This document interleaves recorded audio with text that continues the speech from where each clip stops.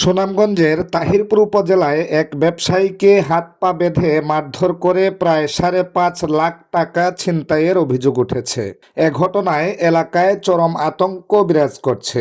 ভুক্তভোগী সামরান মিয়া উপজেলার বরদল উত্তর ইউনিয়নের আমবাড়ি গ্রামের বাসিন্দা এবং তিনি একজন বিকাশ এজেন্ট ও মুদি ব্যবসায়ী। জানা যায়, গত শনিবার ঈদের রাতে জামতলা বাজারে তার দোকান বন্ধ করে বাড়ি ফেরার পথে ঘটনাটি ঘটে। অভিযোগ অনুযায়ী রাত 8টার দিকে বরদল উত্তর ইউনিয়নের খাগাইল সোনাপুর এলাকা থেকে আমবাড়ি যাওয়ার কাঁচা সড়কের একটি ব্রিজে পৌঁছালে আগে থেকে ওত পেতে থাকা 10-12 জনের একটি সংঘবদ্ধ চক্র ছিনতাইকারী দল তার গতিরোধ করে। এ সময় দুর্বৃত্তরা তার মুখে কাপড় দিয়ে বেঁধে, হাত পা রশি দিয়ে বেঁধে ফেলে এবং এলোপাথারি মারধর করে।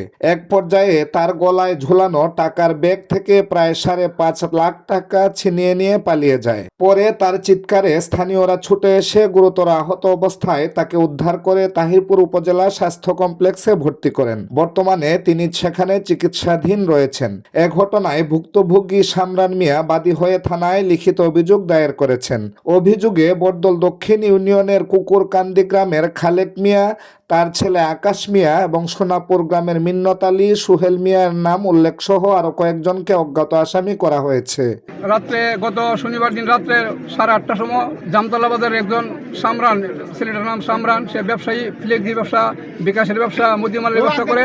সে 8:30টার দিকে বাড়িতে আসার পথে জামতলা মাদ্রাসার ব্রিজের কাছে তার হাত পা বেঁধে একদল সন্ত্রাসীরা তার ব্যাগ, টাকা পয়সা, মোবাইল ছিনতাই করে নিয়ে যায়। তার হাত মুখ বেঁধে তারে গর্তের মধ্যে ফেলে সে চলে যায়। আজ রবিবার দুপুরে জামতলা বাজারে স্থানীয় এলাকাবাসীর উদ্যোগে মানববন্ধন ও বিক্ষোভ মিছিল অনুষ্ঠিত হয়। এতে ভুক্তভোগীর পিতা জহুর মিয়া, স্থানীয় বাসিন্দা হামিদ মিয়া, মোস্তফা, আলী হোসেন, রোমান মিয়া সহ অনেকে বক্তব্য রাখেন। মানববন্ধনে বক্তারা অভিযোগ করেন, 5,25,000 টাকার উপরে কিছু ব্যাগ সহ তারা নিয়ে গেছে। খালেক, সুহেল যাতে এই কাজ করছে আর জীবনে যাতে আমার উত্তরবঙ্গের ইউনিয়নে কেউ এই কাজ না করে। অভিযুক্তরা দীর্ঘদিন ধরে এলাকায় ছিনতাই, ডাকাতি ও মাদক ব্যবসা সহ বিভিন্ন অপরাধে জড়িত। তারা দ্রুত এই চক্রের সদস্যদের গ্রেফতার করে আইনের আওতায় আনার জোর দাবি জানান। এ বিষয়ে তাহিরপুর থানার ভারপ্রাপ্ত কর্মকর্তা ওসি আমিনুল ইসলাম বলেন, ঘটনার বিষয়ে একটি লিখিত অভিযোগ পাওয়া গেছে। বিষয়টি তদন্ত করে আইনগত ব্যবস্থা নেওয়া হবে। স্থানীয়দের দাবি, দ্রুত ব্যবস্থা নেওয়া না হলে এলাকায় নিরাপত্তাহীনতা আরো বাড়বে এবং ব্যবসায়ীরা টাকা পয়সা নিয়ে নিরাপদে চলাচল করতে পারবে না। আতিকুর রহমান, ডেস্ক রিপোর্ট, বার্তা বিচিত্রা।